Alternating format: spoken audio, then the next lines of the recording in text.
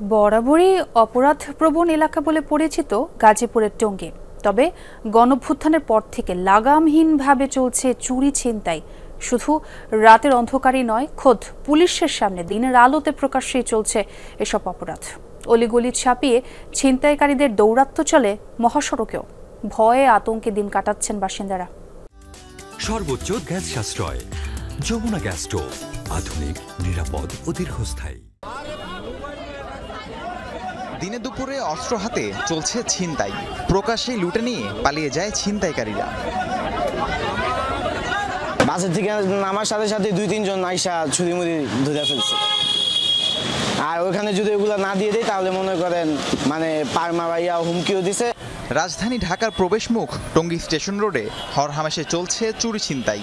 সড়কে পুলিশের উপস্থিতি থাকলেও মিলছে না নিরাপত্তা। কে চিন্তাই করতেছে ওপেন, এটা মোবাইলে দেখার কিছু না, আমাদের চোখের সামনে হরহামেশা হয়। এখানে আমি নিজে যাব এটার বাধা দিতে, আমার জানের হুমকি আছে, ওদের কাছে ছুরি থাকে, সুইচ গিয়ার থাকে। সকালবেলা আমি মাল কিনতে বাইরে এসেছি বাসার থেকে কিছুক্ষণ হালকা চিপা গলি বিরুদ্ধে ঢুকছি। ঢোকার বিরুদ্ধে হঠাৎ করে আগে ঠেক দিয়ে আমার বলছে যা আছে সব বাইর কর, না দিমু ভরি নামাইয়া।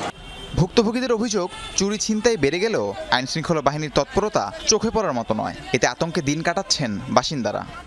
ভয়ে কাছে যায় না, যদি পরে আবার ওনার আক্রমণ করে যেন কেউ ভয়ে ধরেও না, দাঁড়া তামসা দেয়। আমি প্রতিনিয়ত সিম রিপ্লেস করি, সবাই একই অভিযোগ যে পিছন দিয়ে একজনের সুইচ গিয়ার ধরছে, সামনে দিয়ে একজনে ধরছে, গলায় একজনে ধরছে, দইরা মোবাইল নিয়ে গেছে। সবচেয়ে মারাত্মক হচ্ছে উপরে, ফ্লাইওভার উপরে, ওইখানে মানুষ যাত্রী নামাই দেওয়ার পরে ওইখান থেকে ছিনতাই করে।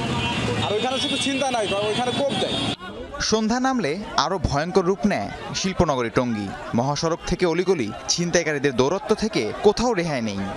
3 জন ছিনতাইকারী ছিল অটোর ভিতরে, 3 জনের ভিতরে একজন কূপ দিছে, একজনে পার দিছে পোলারে। 7টায় ছুটি হয়েছে আমার। ছুটি হইলে আমি রওনা দিয়েছি বাসার উদ্দেশ্যে।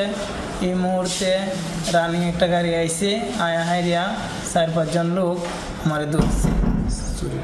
ধরছে ধরে হাইরিয়া কয় কি আছে পকেটেতে বাহর।